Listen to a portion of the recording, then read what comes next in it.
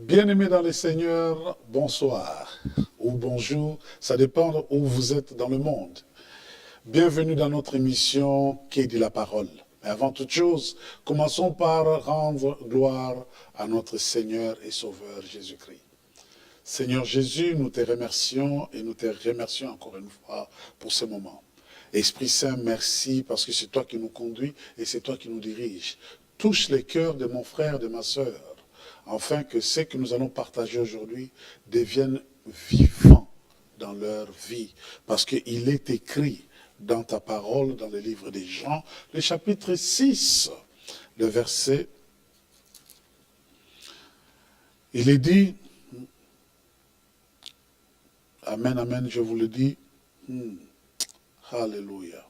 Nous te remercions, Seigneur, et nous te rendons grâce, et nous te bénissons pour ce que tu fais, et ce que tu vas apporter aujourd'hui. Commençons cet enseignement. Vous êtes prêts à partager la parole? Jean, c'est là où on va commencer. Que dit la parole? J'aimerais que vous fassiez attention dans ce que nous allons lire aujourd'hui, parce que ceci va changer votre vie. J'espère que vous avez compris. Ceci va changer votre vie. J'aime bien le titre, hein, Qui dit la parole? C'était vraiment une inspiration pour le promoteur de cette émission. Dans Jean le chapitre 2, Jean chapitre 2, à partir du verset 1er, nous allons lire du verset 1er jusqu'au verset 6. Voici ce qu'il dit. Le troisième jour, il eut des noces à Cana de Galilée. La mère de Jésus était là. Jésus aussi fut invité aux noces, ainsi que ses disciples. Comme le vin venait à manquer, la mère de Jésus lui dit, « Ils n'ont pas de vin. » Jésus lui répondit, « Femme, qu'avons-nous de commun en cette affaire? Mon heure n'est pas encore venue. » Sa mère dit au serviteur, écoutez très bien, « Faites tout ce qu'il vous dira. » Je m'arrête là. Faites tout ce qu'il vous dira. Que dit la parole? Faites tout ce que la parole vous dit de faire. Vous savez, souvent, chrétiens, ce que nous faisons, on va facilement écouter toute personne dehors, toute opinion, mais ce que Dieu nous demande de faire, on ne fait pas. Et pourtant, nous voyons ici, le vin, ce vin-là dans la fête, amenait la gaieté, amenait la joie, amenait la réjouissance. Donc, Marie est allée dire aux serviteurs, si vous voulez que cette fête continue, en quelque sorte, faites tout ce qu'il vous dira. Aujourd'hui, vous êtes bénis parce que vous avez suivi la parole. Mais demain, les difficultés viennent, qu'est-ce que vous faites? Vous éloignez de la parole. Avant que les difficultés n'arrivent, vous étiez dans la parole. Les difficultés se présentent, vous vous éloignez de la parole. Pourtant, la parole nous dit, faites tout ce qu'il vous dira. J'espère que vous avez compris. Mais allons maintenant, je vais vous montrer une chose. Hein. Dans les livres de Marc, je répète, Marc chapitre 16. Marc chapitre 16. Dans les livres de Marc chapitre 16, le verset 20, j'aimerais vous montrer quelque chose. Pourquoi dans la vie des chrétiens, ça ne marche pas. Ok? Pourquoi vous avez des difficultés? Marc chapitre 16, verset 20. Voici ce que la parole dit. Et ils s'en allèrent proclamer partout le message.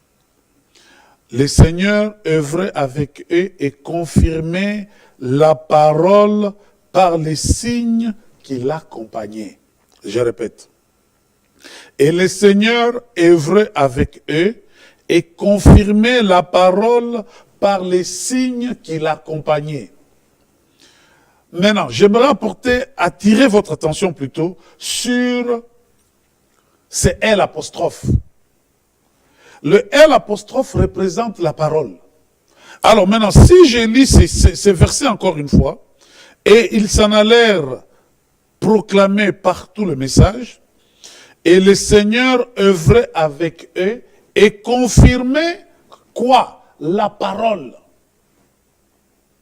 Par les signes qui l'accompagnaient. Et l'apostrophe représente quoi? La parole. Donc les signes n'accompagnent pas le chrétien parce que tu es fidèle, tu pries, tu jeûnes. Les signes accompagnent un chrétien qui a la parole en lui. Donc retenez ceci. Un chrétien sans parole est un chrétien sans signe. Voilà, je vous explique. Vous pouvez peut-être douter, mais je vais vous expliquer. Vous êtes en train de suivre un match de football, ou juste un exemple, ou bien peu importe le programme que vous aimez à la télé, et vous suivez ce programme-là. Ok? Vous n'avez pas sommeil. Le programme peut aller 2 heures. Vous allez regarder le programme sans problème. Éveillé en plus. Mais, ouvrez votre Bible. Commencez à lire la Bible. À peine 5 minutes, vous commencez à ronfler. Pourquoi? Parce que l'ennemi sait ceci. Un chrétien qui a la parole est un chrétien très dangereux. Je répète, un chrétien qui a la parole est un chrétien très dangereux. Dans le livre de Luc, le chapitre 4, nous voyons cet événement entre Jésus-Christ et Satan. Mais comment Jésus-Christ s'est défendu? Il n'a pas dit Satan, je te lis, ainsi de suite. Non, non, non. Tout ce que Jésus-Christ a dit, il est écrit. Satan mène cette attaque, Jésus-Christ dit, il est écrit. Et il amène une autre attaque, Jésus-Christ dit, il est écrit. Il amène la troisième attaque, il dit, va-t'en. Il est écrit, je te l'ai déjà dit plusieurs fois, ça suffit. C'est ça le problème. On peut aller à l'église, mais après les services, qu'est-ce que vous faites? Les dimanches. Vous fermez la Bible et vous mettez ça à côté. Et pourtant, en gardant cette parole en vous, je répète, en gardant la parole en vous, vous allez changer beaucoup de situations. Vous n'avez pas besoin que votre pasteur vienne prier pour vous. Vous n'avez pas besoin que les frères et les sœurs de l'église se réunissent pour prier sur votre cas. Et vous avez juste besoin de connaître la parole. Donc, chaque événement dont vous avez besoin d'une solution, la solution se trouve dans la parole de Dieu. Mais les chrétiens n'aiment pas lire la parole. Il faut lire cette parole-là. Écoutez ce que Dieu a dit dans les livres de Josué. J'aime bien, hein, parce que l'histoire de Josué est extraordinaire. Voilà.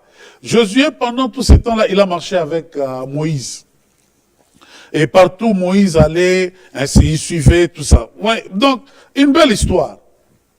Mais maintenant, on nous dit que Moïse, dans le livre de Deutéronome, que non, Moïse est décédé. Josué reste en train de pleurer, comme tous les autres, en train de pleurer. Ok? La Bible d'ailleurs me dit dans Josué chapitre 1, on me dit que non. Après la mort de Moïse, serviteur du Seigneur, le Seigneur dit à Josué, fils de Nun, auxiliaire de Moïse.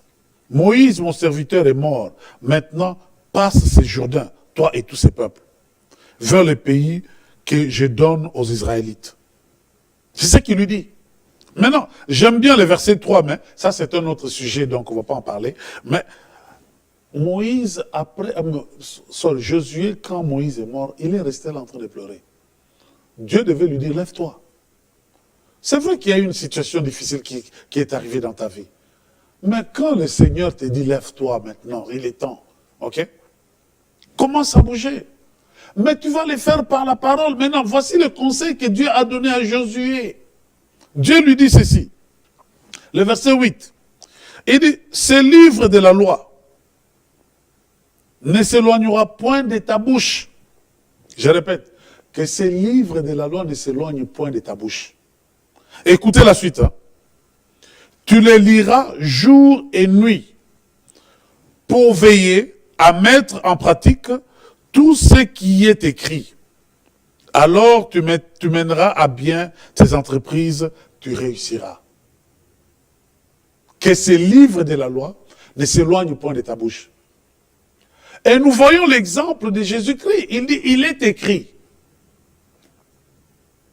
Donc, si tu veux mener une vie de réussite, une vie de succès en tant que chrétien, commence par étudier la parole. Que dit la parole? Avant de réagir sur quoi que ce soit, assieds-toi 2 minutes. Que dit la parole? Dans une autre traduction de ces versets-là que nous venons de lire, dans Josué chapitre 1, le verset 8, il dit que ces livres de la loi ne s'éloignent point de ta bouche. On te dit, médite-le jour et nuit. Tu te réveilles le matin, avant d'embrasser la journée, commence par méditer la parole. Le soir, avant de dormir, commence par méditer la parole. Mais qu'est-ce qu'on fait? La plupart des gens, au lieu de méditer la parole, ils passent leur temps à se lamenter. Ils passent le temps à retourner vers les échecs de la journée. Vous voyez, ça aussi c'est un problème. Okay? La plupart des chrétiens, suivez-moi très bien ici, pape, je vous prie, suivez-moi très bien.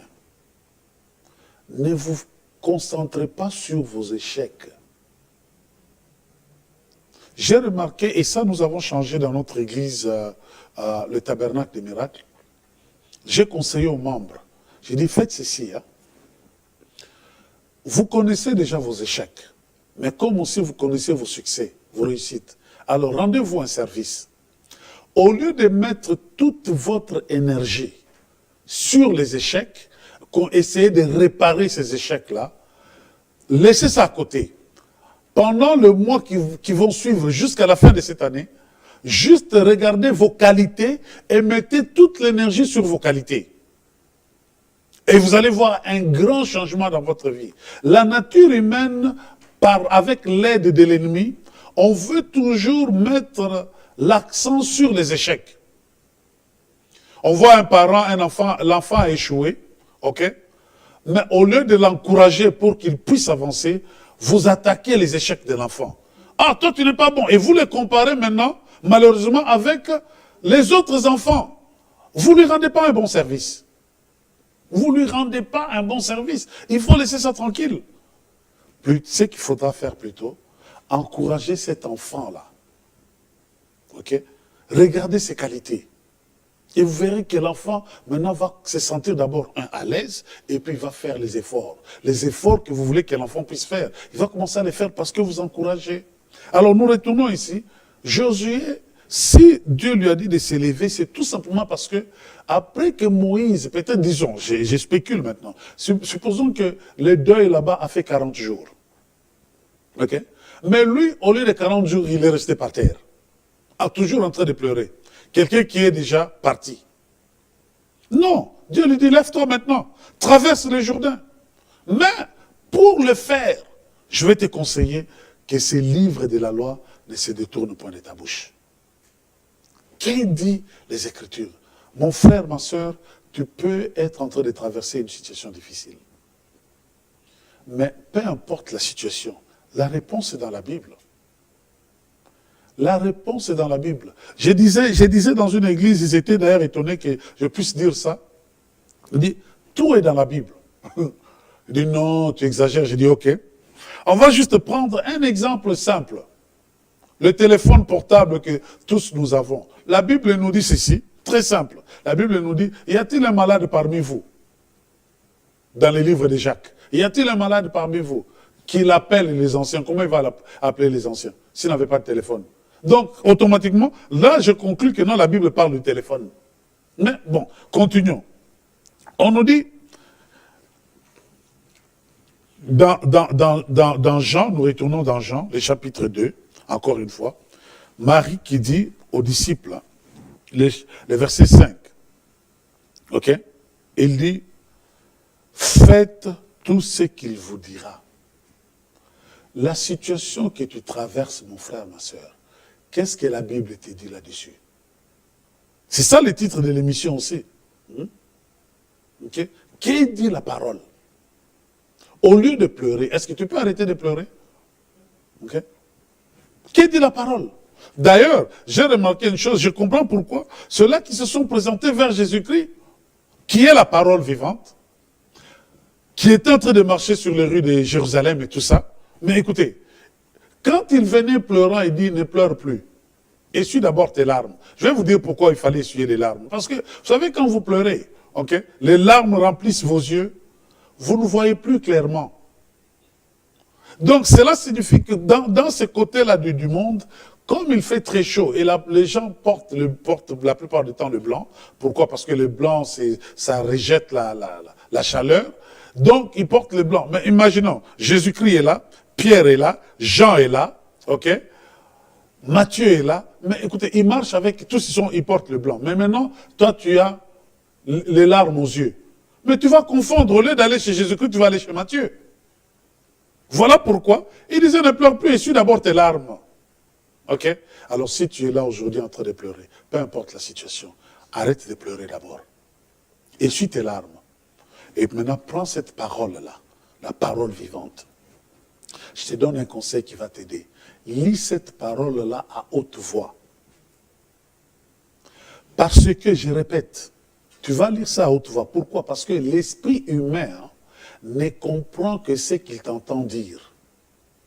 C'est-à-dire, voilà pourquoi la plupart d'entre vous, vous pouvez aller à l'église. Et les pasteurs vous répètent la même chose. Les pasteurs vous répètent la même chose. Rien ne change. Pourquoi? Ce n'est pas que la parole ou bien le pasteur ne sait pas prêcher. C'est tout simplement parce que vous n'avez pas eu le temps de prendre la parole et de vous répéter la parole vous-même.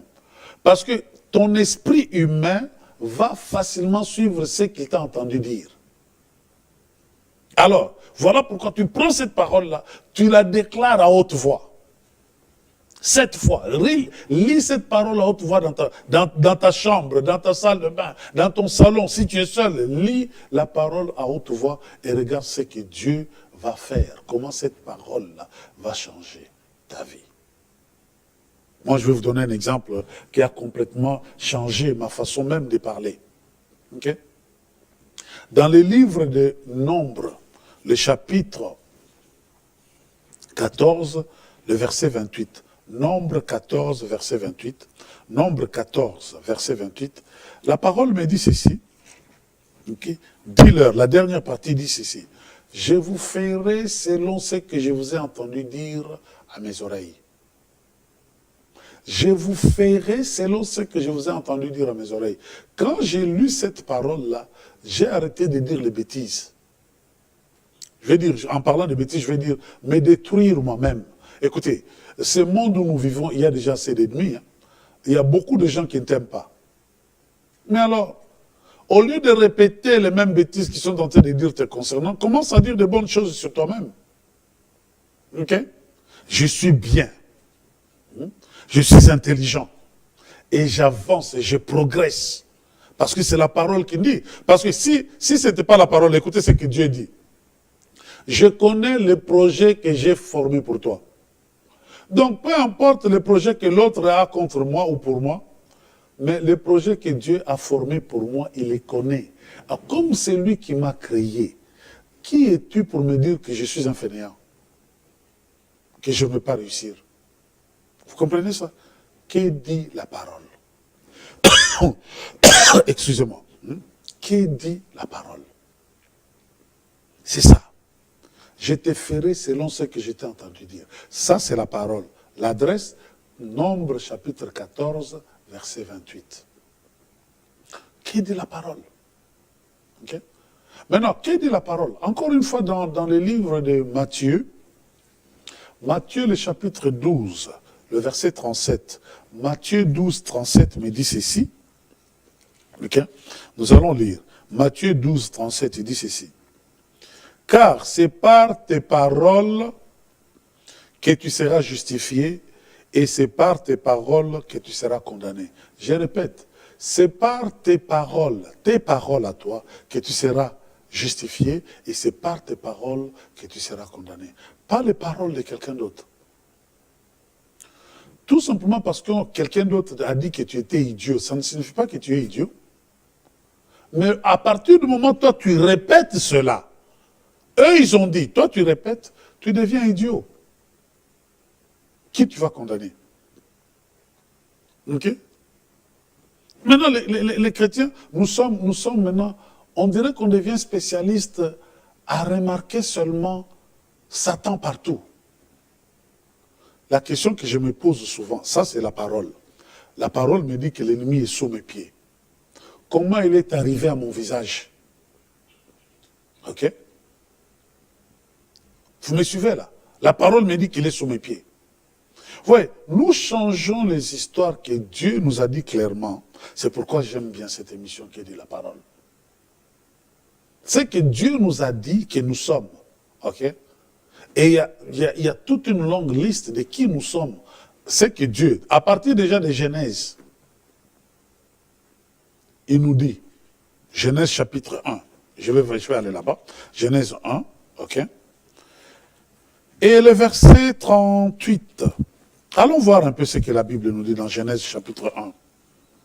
Voici ce que la Bible nous dit, sorry, Genèse 31, sorry. Il dit,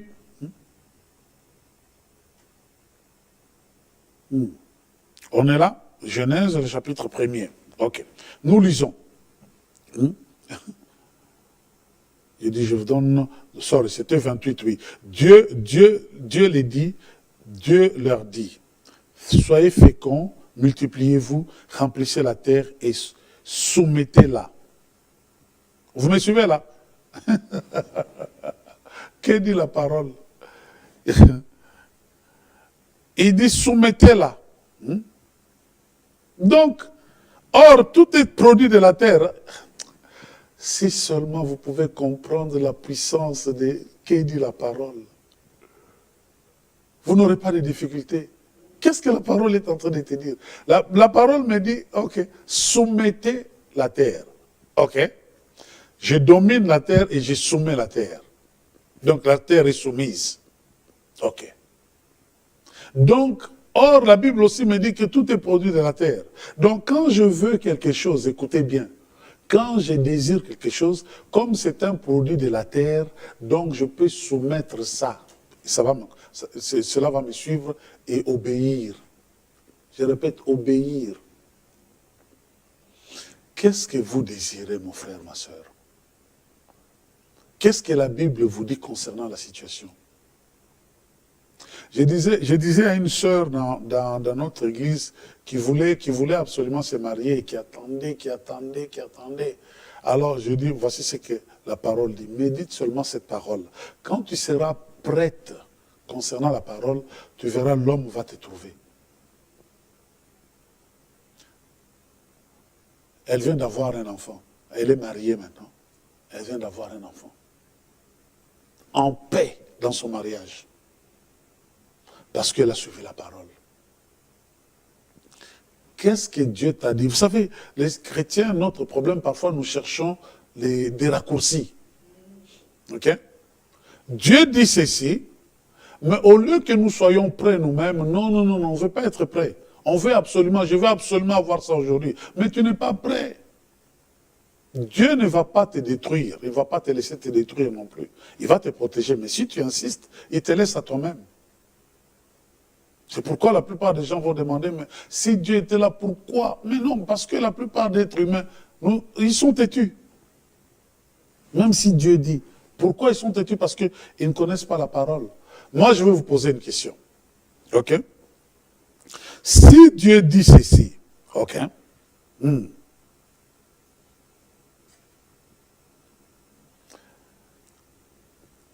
Dans Genèse chapitre 1, le verset 31, c'est là où on allait avant. Dieu vit alors que tout ce qu'il avait fait, c'était très bon. Je répète. Dieu vit que tout ce qu'il avait fait, c'était très bon. Mais maintenant, voici ma question. Si Dieu dit que tout ce qu'il a vu, qu'il a fait, était très bon, qui t'a dit que tu étais mauvais? Qui t'a dit ça? Et pourquoi tu choisis de le croire, lui, pendant que celui qui t'a créé a dit que tu es très, très bon? Vous voyez le problème où il se trouve? Dieu te dit ceci, l'humain te dit cela, mais tu suis lui-même et tu rejettes Dieu. Il faut réfléchir, mon frère, ma soeur. Ok? Moi, depuis que j'avais vu ça, encore une fois, Genèse chapitre 1, verset 31, la dernière partie. Ok? Et il dit, Dieu, la partie qui est au milieu, Dieu vit alors que tout ce qu'il avait fait, c'était très bon. Pas c'était bon, c'était très bon. Donc, quand tu te réveilles le matin, hein, tu commences à dire, je suis très bon. Peu importe qui va dire quoi que ce soit, c'est leur problème. OK? Ils ne t'ont pas bien regardé. Alors souvent j'ai dit ceci à nos jeunes filles, à l'église, j'ai dit, écoutez, tu n'as pas besoin que quelqu'un vienne te dire que tu es jolie. Quand tu t'es réveillé le matin, tu ne savais pas que tu étais jolie. Pourquoi tu vas attendre ces fous-là qui cherchent son intérêt venir te dire tu es jolie pour commencer à sauter, à sourire? Donc tu ne savais pas. Alors si vous êtes un papa, vous me suivez en ce moment, faites ceci. Dites cela à vos filles tous les jours. Comme ça, quand ils vont rencontrer un voyou là-bas qui veut mentir, hein, okay, ils vont comprendre, de toute façon, mon papa me le dit tous les jours. Okay? Donc, ils ne vont pas les suivre. Que dit la parole? Qu'est-ce qu'elle vous dit? Ok? Donc, nous suivons ça. Marie, encore dans les livres des Jean, les chapitres 2, nous voyons Marie qui dit, faites tout ce qu'il vous dira. Est-ce que vous suivez là? Une parole extraordinaire, okay, qui nous parle même aujourd'hui. La plupart des chrétiens souffrent parce que quand Dieu dit « faites tout ce qu'il vous dira », nous voulons philosopher là-dessus. Et on ne va jamais avancer.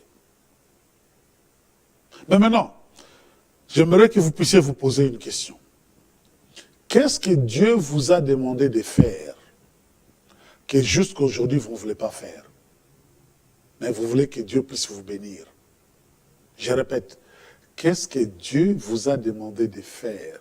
Là où vous êtes assis en train de me suivre maintenant, qu'est-ce que Dieu vous a demandé de faire que vous ne voulez pas faire?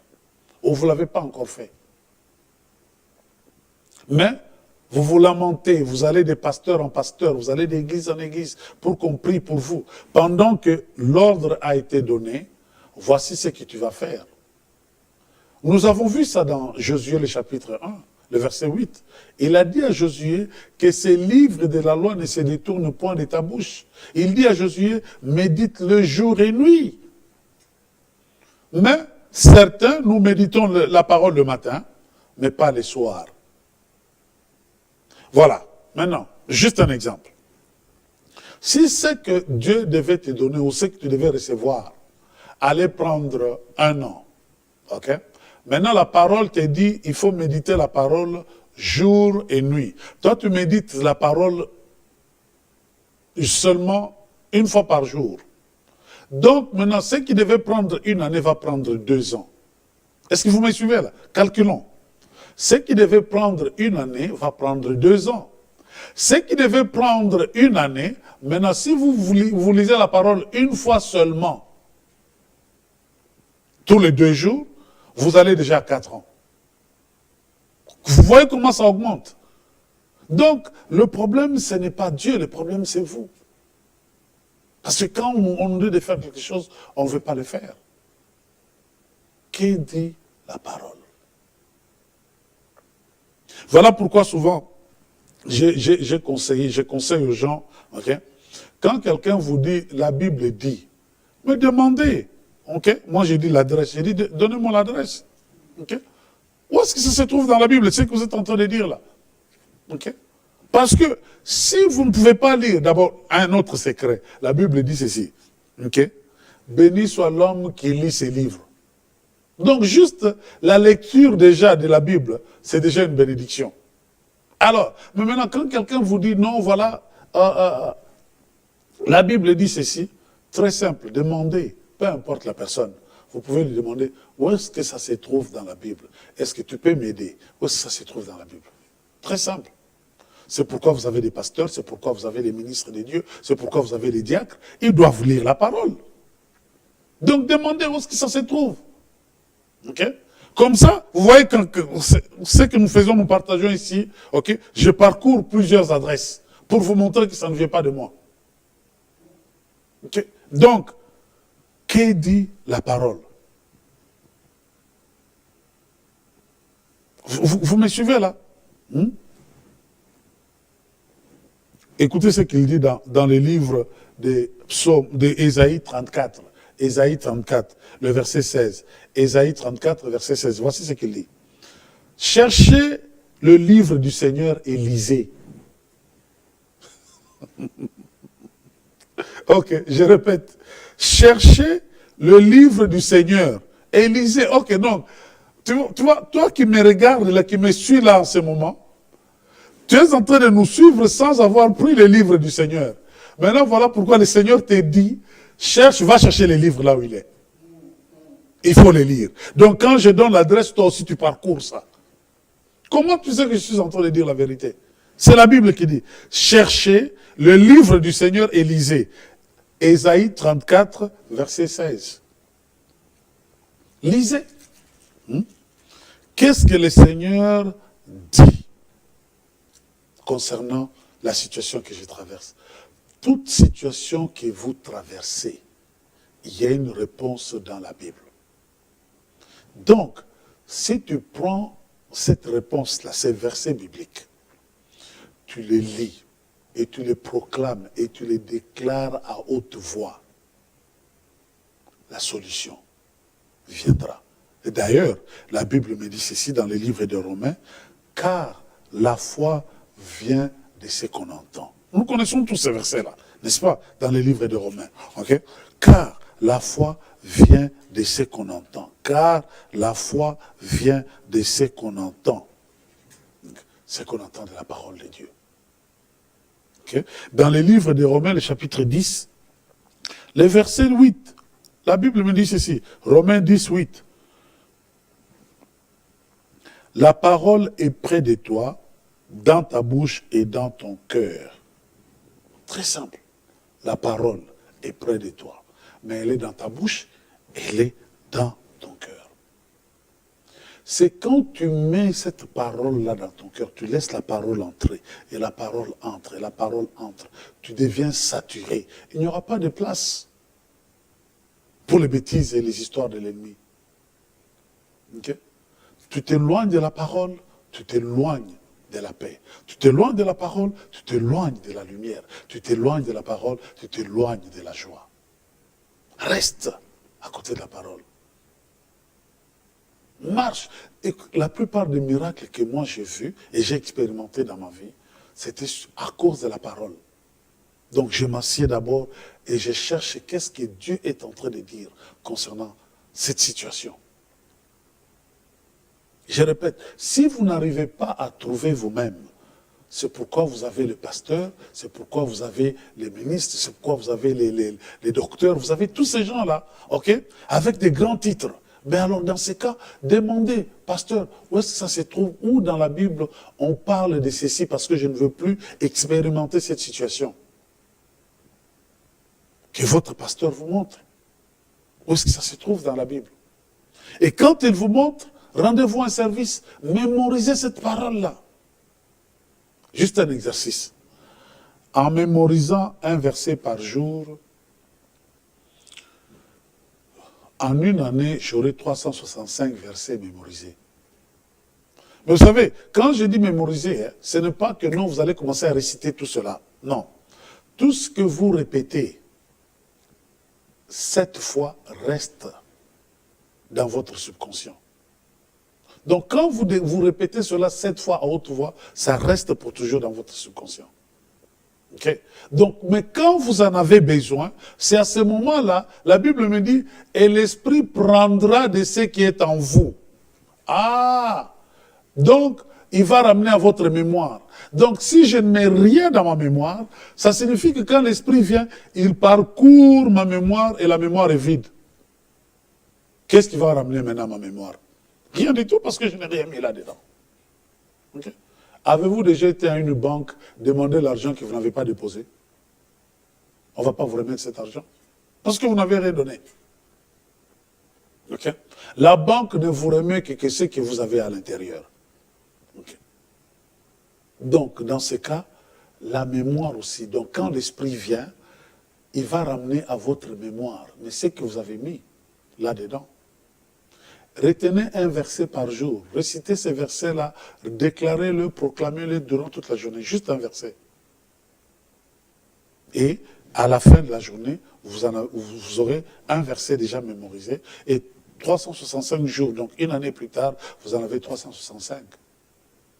10 ans plus tard, cela vous fera 3650 versets. 3650 versets, c'est la moitié du Nouveau Testament. Vous comprenez ça? Ok. Donc, et où est-ce que vous allez? Vous n'allez nulle part. Donc, vous pouvez encore avancer avec ça. Amen. Okay? Parce que quand je regarde l'histoire d'Abraham, hein, okay? L'histoire d'Abraham, la Bible me dit, dans le livre des Romains en fait, dans Romains le chapitre 4, il y a une belle histoire d'Abraham là-bas. Okay? Romains chapitre 4, la Bible me dit ceci. Okay? Écoutez bien.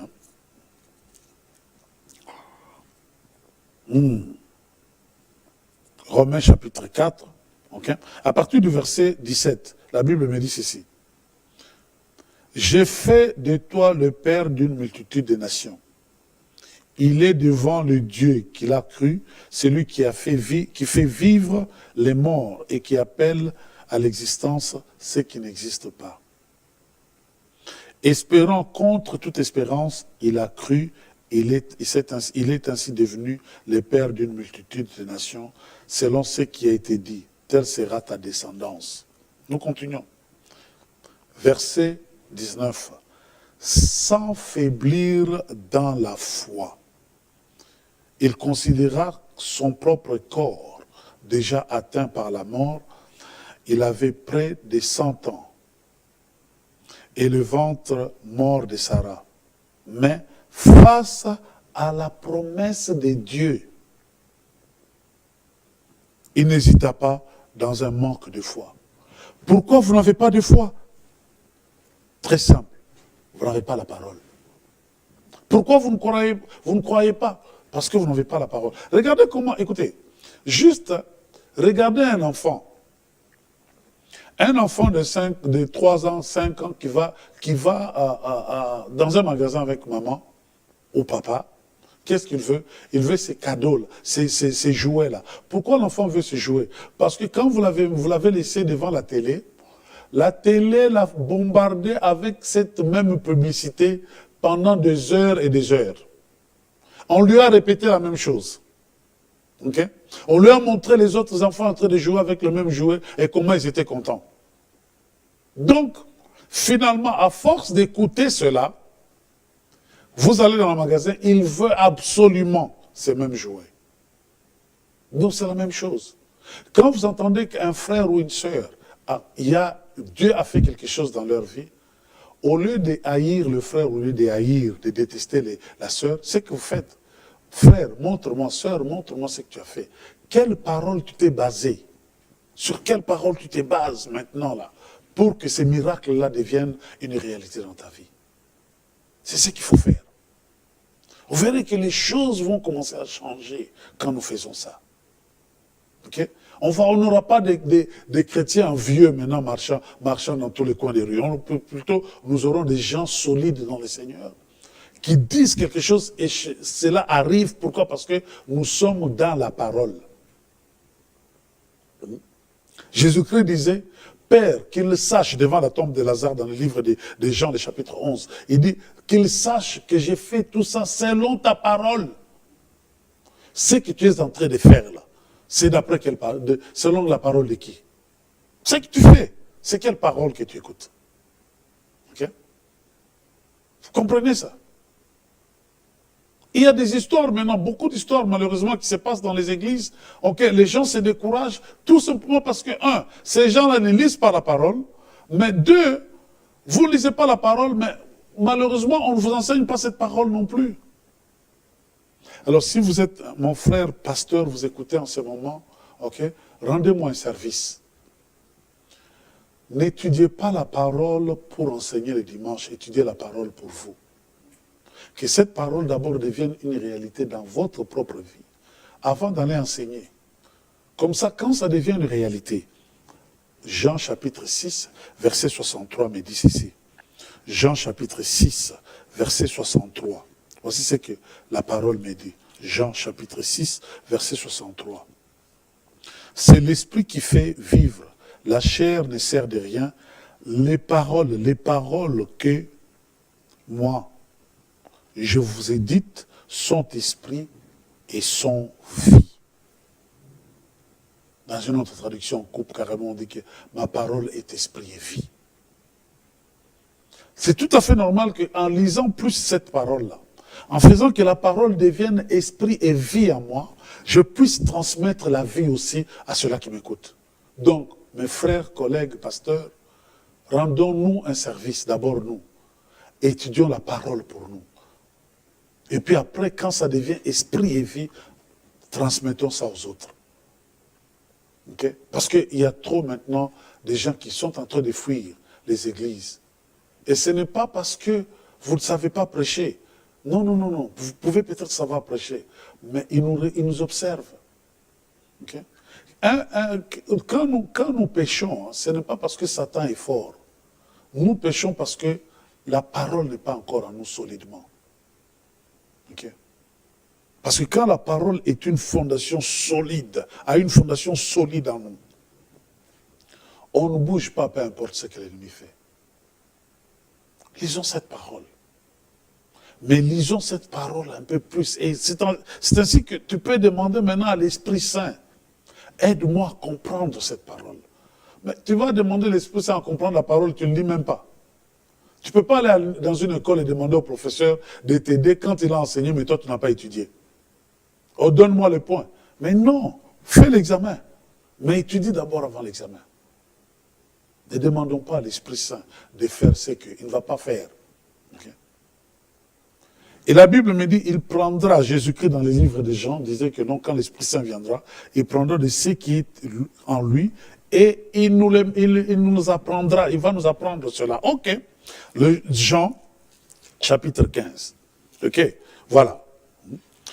Mais il va le faire comment? Il va le faire quand nous lisons cette parole. C'est ainsi qu'il va prendre cette parole-là et puis il va nous mettre cette parole. Ok? Écoutez ce que la Bible dit dans le livre de Jean, le chapitre 15. Jean 15, chapitre 15, verset 5. C'est moi qui suis la vigne. Vous êtes les sarments. Celui qui demeure en moi, donc dans la parole, parce que Jésus-Christ, dans Jean chapitre 1, il est la parole. Donc voici ce que la Bible dit. Celui qui demeure en moi, donc celui qui demeure dans la parole, ok? Celui qui demeure en moi, comme moi en lui, celui-là porte beaucoup de fruits. Voilà, nous avons des gens qui ne portent pas de fruits parce qu'ils ne demeurent pas dans la parole. Ok?